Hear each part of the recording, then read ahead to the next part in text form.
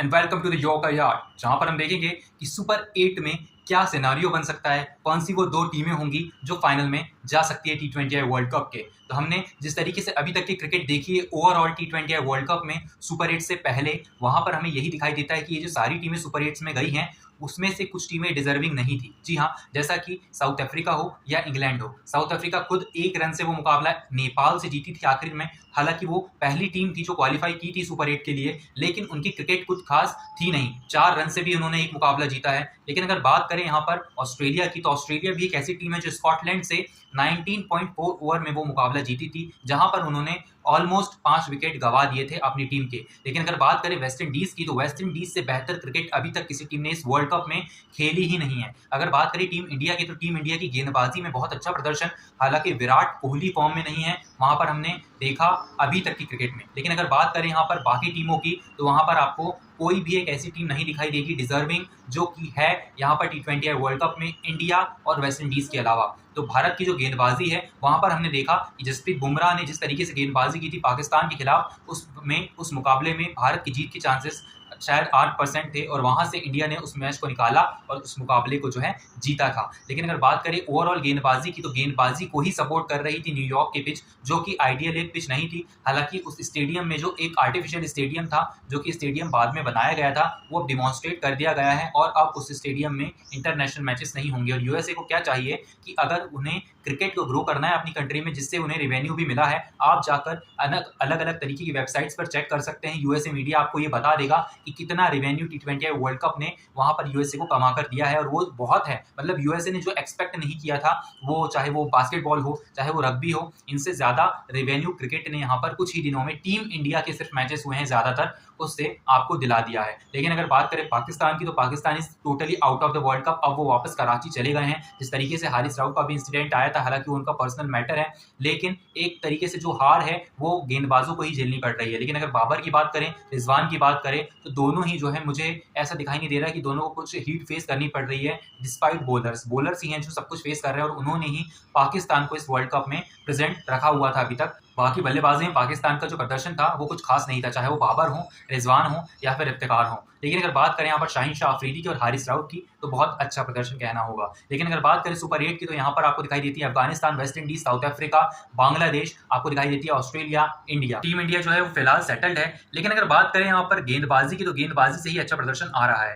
लेकिन अगर बात करें वेस्ट इंडीज के ग्राउंड्स की, तो वेस्ट इंडीज के ग्राउंड्स इस तरीके के हैं कि टीम इंडिया को कोई भी दिक्कत जो है अभी तक नहीं होनी चाहिए। वेस्ट इंडीज के ग्राउंड्स में उनका एक्सपीरियंस भी तगड़ा है, और बारबाडोस में हो सकता है कि team India T20 world cup lift करे। लेकिन मेरे हिसाब से जो 3 टीमें हैं, मुझे लगता है यूएसए हो, बांग्लादेश हो, या फिर साउथ अफ्रीका हो, वेस्ट इंडीज हो, या फिर अफगानिस्तान हो और इंग्लैंड हो। लेकिन इनमें से मुझे जो 3 टीमें दिखाई देती है वो वेस्ट इंडीज है, वो है इंग्लैंड, वो है वेस्ट इंडीज, वो है ऑस्ट्रेलिया, और वो है इंडिया। जो कि 3 टीमें मुझे लगता है कि दावेदार हैं फाइनल्स के। और इनमें से अगर मैं 2 टीमें बता दूं, आपको लगता जरूर है कि इंग्लैंड और ऑस्ट्रेलिया जो है ऐसे स्टेजेस पे परफॉर्म करती हैं, लेकिन मेरे हिसाब से जो मुझे स्ट्रॉन्ग दिखाई दे रही है वो वेस्ट इंडीज और इंडिया है फाइनल खेलने के लिए। वेस्ट इंडीज का जो प्रदर्शन आपने देखा है वो चोकर्स की तरह बिल्कुल नहीं रहा है इस स्टेज पर आकर। जिस तरीके से उन्होंने क्रिकेट खेली है, जिस तरीके से लीड कर रहे हैं रॉमन पावल, जिस तरीके से निकोलस पूरन जो कि फॉर्मर कैप्टन रहे हैं, वो जिस तरीके से प्रदर्शन कर रहे हैं, उसे देखकर लगता है कि फाइनल में जाने की राह जो है वो बहुत आसान है वेस्ट इंडीज के लिए। लेकिन अगर कोई टीम अगर यहाँ पर ऑस्ट्रेलिया और इंडिया के बीच में फंस सकती है, तो वो है इंडिया। क्योंकि अगर बात करें, आप जिस तरीके से देखते आ रहे हैं ऑस्ट्रेलिया क्रिकेट को, इस तरीके से नॉकआउट स्टेज पर खेलते हैं। नॉकआउट स्टेज पर खेलना इस टीम का जो है एक स्ट्रॉन्ग पॉइंट है। और स्ट्रॉन्ग पॉइंट ऑफ व्यू से अगर देखें, तो यहाँ पर मार्कस स्टोइनिस हो, ग्लेन मैक्सवेल हो, वो अब फॉर्म में आते हुए आपको जरूर नजर आएंगे। आप देखिएगा कि सुपर 8 में जो T20 क्रिकेट आप देखेंगे वो बाकी लीग से बेहतर होगी। जो आपने यूएसए में देखी, वो वेस्ट इंडीज में आपको बेहतर क्रिकेट दिखाई देगी। फ्लोरिडा में मैचेस धुल गए, न्यूयॉर्क में मैचेस बल्लेबाजी के नजरिए से अच्छे नहीं हुए, गेंदबाजियों के मुकाबले की पिच थी वहां पर। लेकिन अगर बात करें यहाँ पर बाकी टीमों की, तो यूएसए ने ही खेला है न्यूयॉर्क में, और यूएसए ने खेला है, पाकिस्तान ने खेला है, इंडिया ने खेला है। यूएसए एक ऐसी टीम है जो कि 2026 के वर्ल्ड कप के लिए क्वालिफाई कर चुकी है, क्योंकि वो सुपर 8 में जा चुके हैं। आयरलैंड भी कर चुकी है और पाकिस्तान भी कर चुकी है। लेकिन अगर बात करें, न्यूजीलैंड भी कर चुकी है। लेकिन अगर बात करें पाकिस्तान की, तो पाकिस्तान मुझे ऐसा लगता है कि अगले आने वाले जो T20 वर्ल्ड कप होंगे, चाहे वो 28 का हो, 30 का हो, वहां पर आपको वो क्वालिफायर खेलते हुए नजर आएंगे, क्योंकि वो अब सुपर 8 में भी नहीं गए हैं। तो क्वालिफाई करने का जो वो है रैंकिंग के बेस पे क्वालिफाई किए, चाहे वो आयरलैंड हो, न्यूजीलैंड हो या पाकिस्तान हो। अब केन विलियमसन स्टेप डाउन हो गए कैप्टनसी से, वहां पर उन्होंने कॉन्ट्रैक्ट के लिए मना कर दिया। ट्रेंट बोल्ट होंगे नहीं अगली बार से। तो अब न्यूजीलैंड जो है किस तरीके से देखती है क्रिकेट को, ये देखना होगा। अब उनका अगला कैप्टन होगा कौन? Devon Conway, Rachin Ravindra is young. Tim Southee भी नहीं। मुझे नहीं लगता कि कोई एक ऐसा बंदा दिखाई देता है न्यूजीलैंड की टीम में जो कि लीड करे एक फ्रंट से, जिस तरीके से केन विलियमसन लीड कर रहे थे। लेकिन चांस तो देना होगा, चाहे वो फेन एलन हो, चाहे वो डीवन कॉनवे हो। देखना होगा कौन लीड करता है इस न्यूजीलैंड की टीम को। लेकिन अगर बात करें सुपर 8 में, तो सुपर 8 में यहाँ पर मुझे ऐसा दिखाई देता है कि यूएसए हो, बांग्लादेश हो, ये सबसे पहले बाहर हो जाएंगे। उसके बाद जो नंबर आएगा वो होगा साउथ अफ्रीका और इंग्लैंड का। अगर बात करें यहाँ पर साउथ अफ्रीका और इंग्लैंड की, क्यों मैं कह रहा हूँ, क्योंकि उनका क्रिकेट जो है ना T20 वर्ल्ड कप में उतना खास नजर नहीं आया है।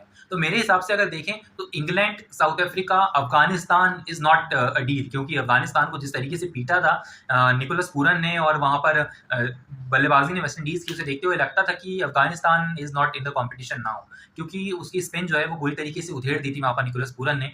उस तरीके से देखेंगे तो इंडिया की जो 3 मैचेस वो 20 तारीख को है, 22 तारीख को और 24 तारीख को है। पहला मुकाबला आप देखें कि अफगानिस्तान से, फिर बांग्लादेश से और फिर ऑस्ट्रेलिया से जो मेन मुकाबला होगा।